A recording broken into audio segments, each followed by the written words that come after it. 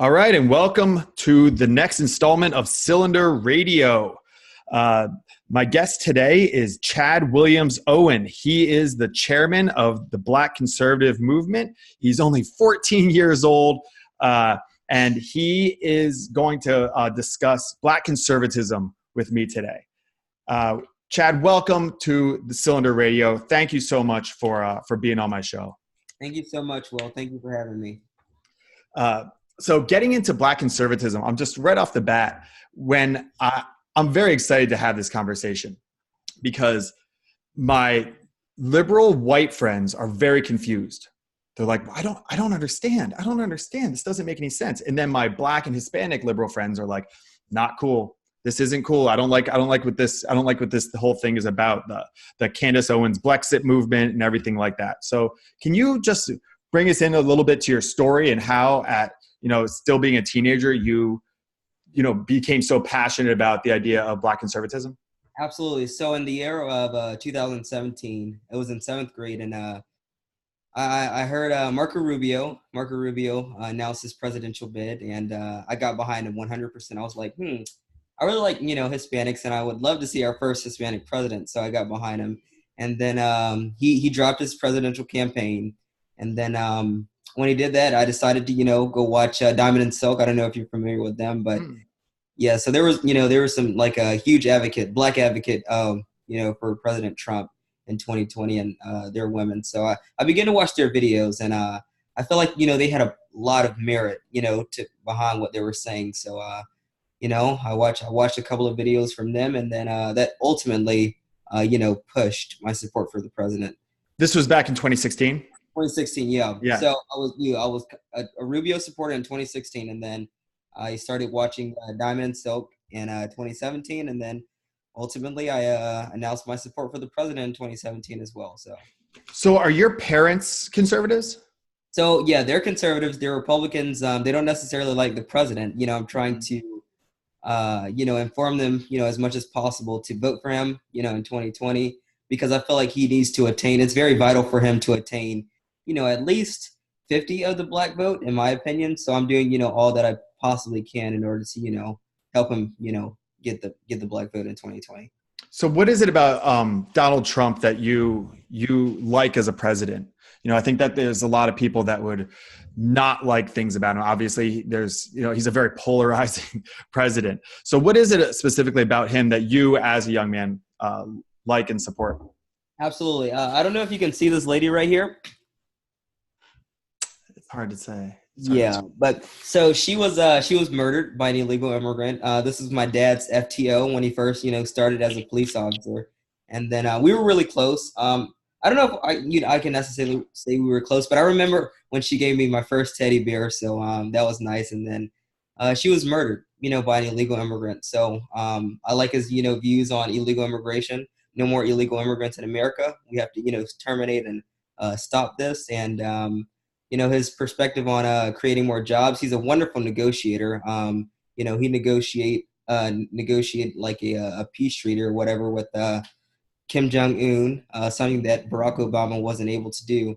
So those are the two main reasons, or three main reasons rather, why I support the president. So stopping illegal immigration, creating more jobs, and negotiating. So he's a wonderful negotiator, in my opinion.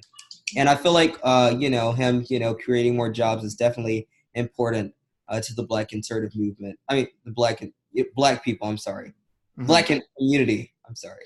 No, yeah. So your father's a police officer? He is, yeah. He works for APD here in Atlanta. So. Oh, okay.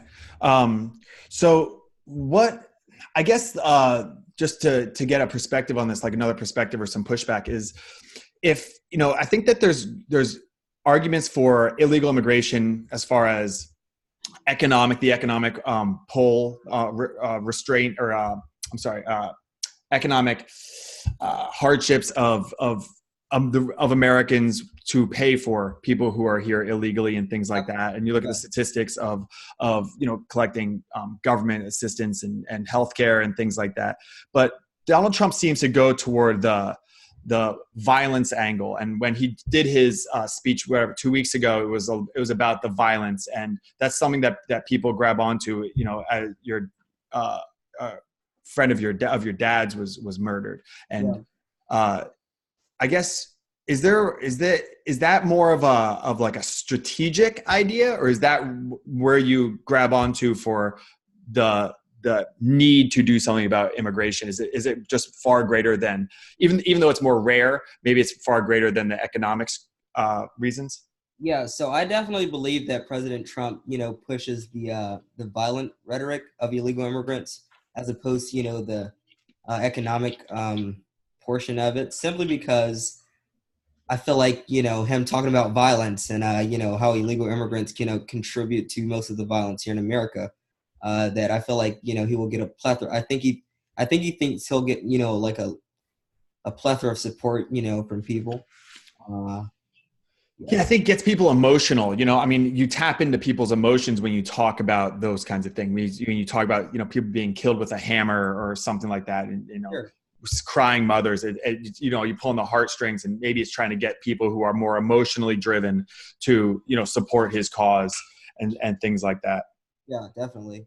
So being young, and this podcast is about high school education. Now I'm opening it to everybody, and I love having these conversations with everybody, but it's nice. You're the first guest that I have who is, under 18. So thank you for that, Chad. What can you bring me into what it's like to be a conservative, not even being black and conservative, but just being a conservative in school? Do you go to public school? I do go to public school, yes. Okay. It's predominantly black. And I wore my Trump shirt. I believe it was on Wednesday. I, recorded it, whatever or whatnot. I did a live stream. So, actually, I wear the Trump shirt. I wear my Trump gear purposely in order to, attain attention and attain, people that want to engage in dialogue with me. However, that doesn't normally happen. People stare or whatever, but they don't really ask questions. And I really do want people to be inquisitive, simply because I want to, have a chance to at least inform them and educate them. So at school, I think it's fine. No one tries to bully me. So that's really good. And I guess that's, due to I have a lot of relationships with people. So they don't, normally, try to, I guess, bully me. So, yeah. Have you always been a contrarian? Oh, I'm going to wear this Trump shirt. Let's just ruffle some feathers a little bit. Let's mix it up. Have you kind of been like that with things other than politics? Absolutely. Yeah. I do it simply because I want people to be inquisitive. I just want people to know that, there are black Trump supporters out here, and I want to be able to, inform and educate people on what exactly conservatism really is and what the president of the United States actually stands for. So that's my whole, mission. So where do you get your information from? Because media is, I'm going to do several podcasts on media because it's tough. It's tough to get, objective news nowadays. So when you talk about, getting educated and learning, the truth about conservatism and policies and politics and stuff like that, where do you generally get your news from? So I normally get my news from, the largest think tank in America, Heritage Foundation. So I'll give it, a huge shout out to the Heritage Foundation and Mary James Cole. I appreciate you guys out there. So yeah, definitely. And I also get a lot of tweets from Candace Owens. I love Candace Owens. Candace Owens is the best. So, that's normally where I get, most of my, info from. Yeah. As someone, I'm a government teacher, and I'm just hypercritical of partisan politics just in general. I try to understand liberalism, conservatism. I've done my homework on both sides. I get worried about when it becomes our team versus their team. Absolutely. But that's how they make it. The conservatives, I think we want to construct a compromise. However, the liberals and the left just aren't letting us do that. And I don't know, it's Can you expand on that a little bit? Yeah. What do you mean by that? Just for people that don't know what you mean by you're trying to reach a compromise. In what way? So I don't know if you're familiar with Fog City Midge or whatever, but she sent me a video of her and David Harris going out into the community and engaging in dialogue with feminists. And David Harris, he's a Trump supporter. Fog City Midge is also a Trump supporter. They were so calm and polite to these marchers at the Women's March, and the left and the liberals and the women from the Women's March were just so hostile. So I guess I guess they're all about emotions, and we're kind of like the conservatives. We're about facts. So yeah. Yeah, it's an interesting thing because I say that in teaching government is that your temperament matters a lot. I just saw Jordan Peterson recently, the psychology professor, talking, and he was saying that you look at the there's like the 5 personality traits of in psychology. Yeah. And if you look and if you're like high on openness and low on neuroticism and high on extroversion, then you will vote this way. And it's very interesting how people's personalities are going to lead them down a certain political pathway. And I've even heard stuff like the idea of build the wall. Like walls, it's bigger than just like the border. It's about walls is like order. It's like the order. It's like, things that are like, aligned, like, and it goes to things like gender. Like, no, it's about male and female. There needs to be like order. There needs to be blocked off things. And then the people who are more liberal minded are like, no, walls break down communication. It should be more free flowing. It's more like right brain, left brain stuff like that. It's very interesting. Definitely. So do you have issues? And I know you're young, you're still kind of like working your way through this, which I love. It's one of the things I love most about teaching kids. I mean, I don't like calling them kids, but teaching, young people and students is you're more open-minded. The older people get, the more solidified they become, and they're so hard. They're less malleable and things like that. And when you're young, you're still figuring out what the world is. Yeah. And the truth is, even old people haven't figured out the world. But when you're young, you just keep an open mind about like, let me think. Yeah, what are my thoughts on this one? What are my thoughts on that one? And I get worried in general about like political ideologies sometimes because it offers just like an easy answer, like just toe the party line. Well, I don't know what I think about abortion. Oh, well, you should think this. I don't know what I think about immigration. You should think this. And how do you avoid those pitfalls of like not thinking on your own? And when it comes to like an individual thing, like can you be a conservative Republican and be pro-choice, but be for like looser gun laws, be for pro-business and all that kind of stuff. I know a lot of conservative Republicans that have liberalistic views, kind of like Khalid Rodriguez. He's the national director of advancement for the Black conservative movement. And Tomi Lahren, for example, Tomi Lahren is a conservative Republican Trump supporter. And she's pro-choice. And I believe that conservatives, we believe in small government. But how can we say that we are, pro-life or anti, or how can we, say that if we want less government? I am a Christian, so I don't necessarily believe in, abortion. I feel like no one should be murdered under any circumstances, but there are a lot of conservatives that definitely believe that it should be left up to the woman, on whether she'll want to have an abortion or not. So I definitely get that. Yeah, like as a Christian, when you see, because I have friends, family members who are Christian, and they're also Trump supporters, and they sometimes they have to reconcile being a Christian with some of the things that our president has done. Even before he was president, just like the womanizing and stuff like that. Is that something where you kind of look at it as though nobody's perfect, so I'm going to take the lesser of two evils, or you look at it like, everyone grows and makes mistakes? Like, how do you kind of reconcile those two things with Donald Trump's personality? I feel like maybe lesser of two evils, if you ask me. Mm-hmm. Because, but on the other hand, I feel like people have room for growth as well, but or people make mistakes and they learn from those mistakes. So that's just a question that I'll definitely have to come back to. Yeah, no, I understand. I think, but that's what I love with these conversations that I'm having on this podcast is like none of us have it like figured out, And I talked to you before we started recording. Like, when you asked me, do I explain my political affiliations or my political views to my class? And I used to not. Like, I'm not saying anything because I don't want to influence you. And now I'm very open because I have no idea. I don't know. I don't know where I stand on these issues because Yeah, it could always change based on this conversation I have with you or with someone on the podcast, or I read a new story or whatever it could be. yeah, I get you. And my teacher, my AP Human teacher, she doesn't really display her political ideologies, and I just think we should keep politics out of school, because I feel like you can be a conservative right through high school, and then you can go to college, and be a liberal. So I think the professor can turn you to a liberal rather. So I just think politics, shouldn't be a place of in schools.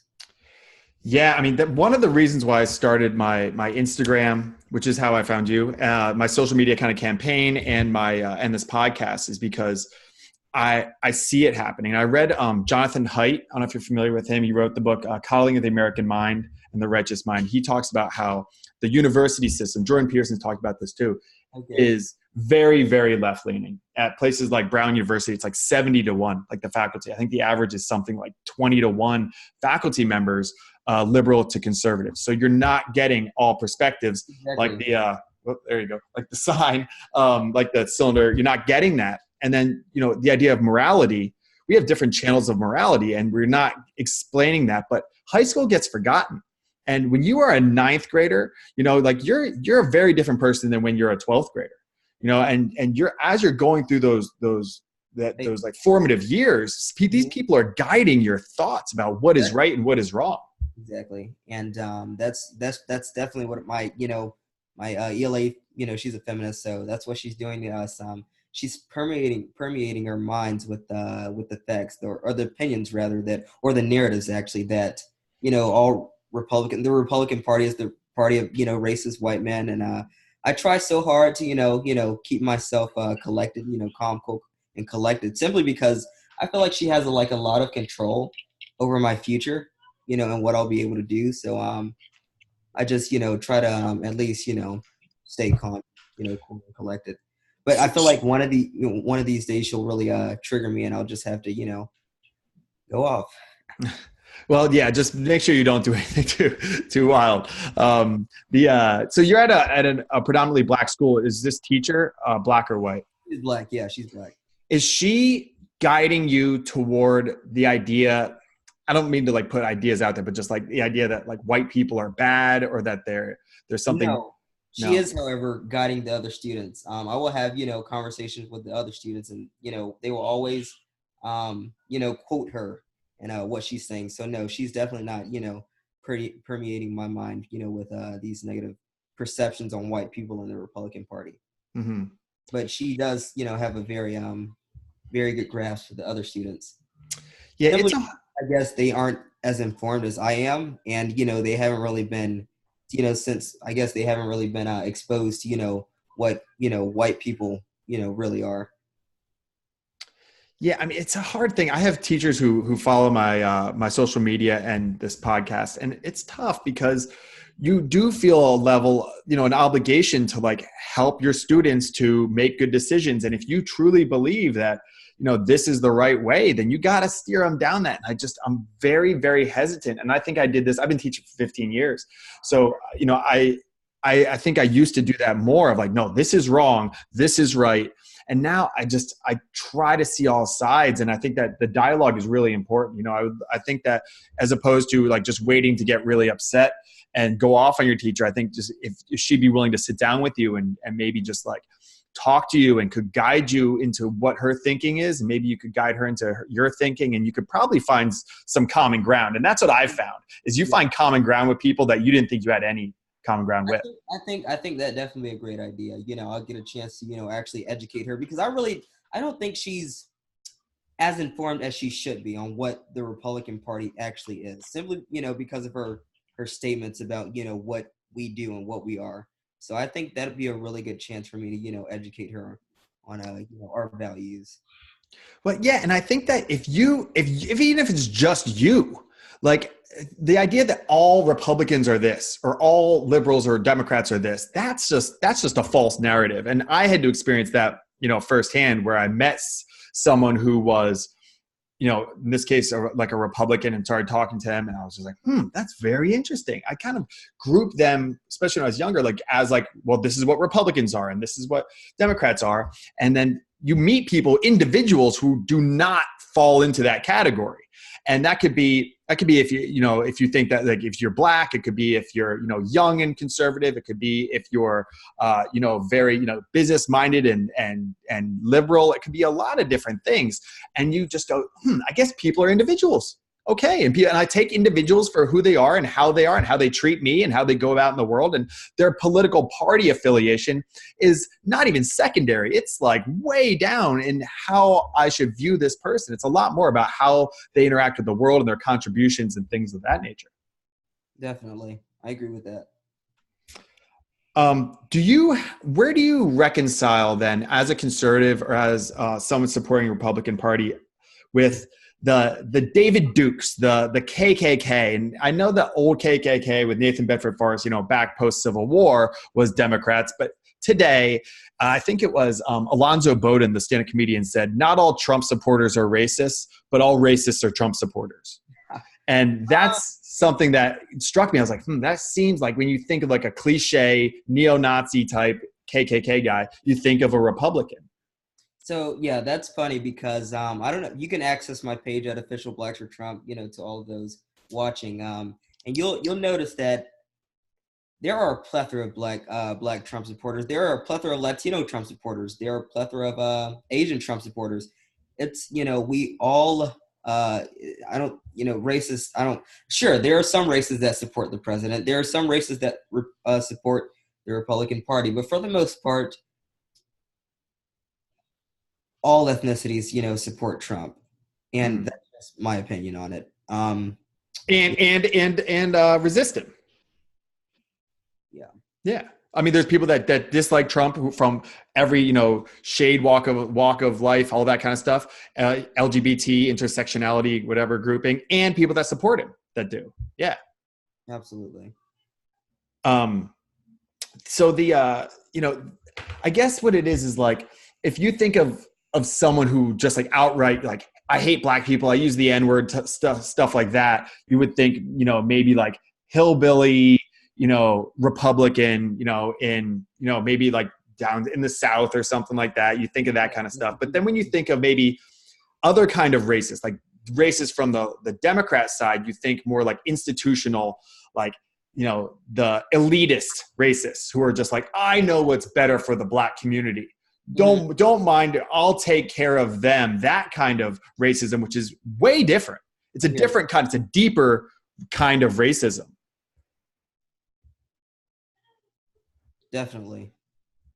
Do you have any thoughts on that, or like how have you in your discussions with people, in the black conservative movement and stuff like that, like those two different kinds of racism? Do you have a thought on that? Like the idea that the one that's more like open of like, I hate this group, or compared to the one that's like, I'm going to kind of decide what's best for this group? Yeah, I think that's there's room for growth on, both sides of the spectrum. If you're not, I don't believe anyone, really knows what's best for the black community at this point. So, yeah, it's kind of where. So do you think more of just like as an individual, when you look at, the struggles that are up against the black American community, like, when we look at, poverty rates or the achievement gap on tests and things like that, violence, black on black violence and things like that. Like, what do you say? And I know you're a young man and you're kind of just figuring this stuff out, but I want to hear, like, what are your thoughts on how to kind of break that down? Or what was it with your father, who's a police officer? Yeah. When it comes to those issues. I just feel like we have to apply ourselves much better. I go to a predominantly black school, and we really don't. take advantage of our education in the school. So it's sad. I think another prominent factor is, hip hop, rap music. I feel like that also kind of, permeates our minds with negative, negative rhetoric.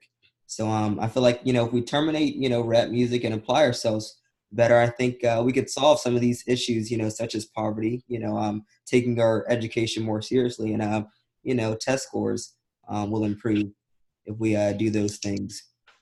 Yeah, when you say like terminate rap music, like I think that I would just be cautious of throwing all rap as like glorifying violence, because there's other rap, like Public Enemy or someone like that that's like old school, but like would be promoting very much like the idea of like this is bad, like Tupac or something like that. Like this is a bad situation. We need to come together. We need to do something. Well, it could be more of like a rallying. So yeah, let me rephrase that. Modern day rap music is really detrimental to the Black community. So if we can revert back to the old school type of rap music, kind of like a Tupac and those people that you named, I feel like we do much better as a race, because those people, or people like Tupac, I feel like they served as a voice, a really prominent voice, and a really prominent factor, in the advancement and development of Black communities. Do you feel like you would be like willing to admit, like if you get new data, you get new information, do you think there's going to be a time where you could, like, you're 14, you're the chairman of the Black conservative movement. What if you start to see things differently? Like, what if you do have a conversation with, a very well put together, well researched, liberal leaning person, and they start to like put these kind of cracks, like, wait a second, maybe I don't think along the party lines in this way. Do you think you'd be open to those ideas? Absolutely. I feel like I would definitely be open to them. I feel like if you can, actually produce to me, facts on what, the Democratic Party has done for, Black America, then sure, I'll be more than willing to, make a compromise and maybe even, hop on the Democratic side. But you have to produce, actual and, statistical facts in order for me to do that. But right now it looks like I'm going to stay put, because it looks like, President Trump has done, a lot, more than a lot for the, the development of this country. So I feel like it digs deeper to the advancement of the Black community, and really, goes, to, the development of America. So that's what I'm looking at. I want to see America, progress for the most part. Yeah, and I think that's good. That's something that I think, just to the audience, if all of us would be willing to have that, where we go, what, maybe I am wrong. For now, this is what I believe, but I'm going to open my mind up to all kind of perspectives, and then I'll figure it out as I go. But I think it's just a better way, and it's a more truthful way to go about life. It's harder because it's easier to just say, you know what, my mind's made up, I'm solid, I'm just going to go about this. Definitely. But it's more truthful. It's better to just be willing to hear. And, you say you're always willing to like have these conversations. And I think that when you are unwilling to have the conversations, and you're unwilling to hear the other side, it gets really dangerous. And that's when we form the echo chambers and all that kind of stuff. So I feel like that's you're an idiot, if you vote for the same party, and and have the same ideologies, political ideologies instilled in your mind, and you refuse to let anyone interfere or intervene with ideologies. I feel like that's just really insane.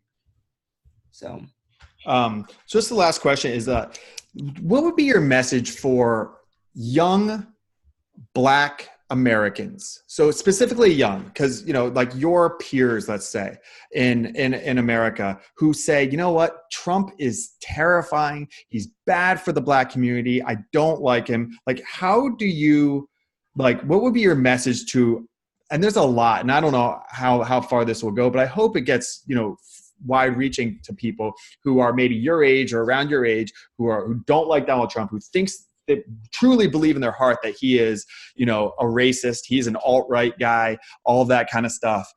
what would be your message to those people if you have like the platform for it?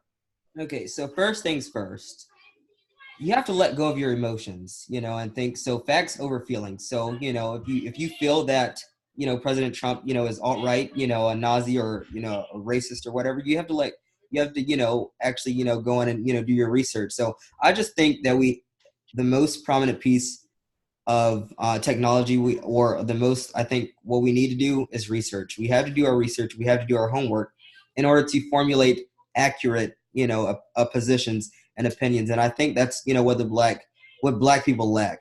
Not only, not just black people, but a lot of people. We have to do our research. I feel like that's the most prominent and important and vital thing to do. So, hey, DM me. I'm willing to have a conversation, and hopefully, I don't really want to convert you into a Republican, but I do want to open your mind, and pick your brain on as to what you really believe. So yeah. Great. Well, thank you, Chad. I really appreciate you sitting down and doing this. And like I said, this is all about trying to bring critical thinking back into high school classrooms.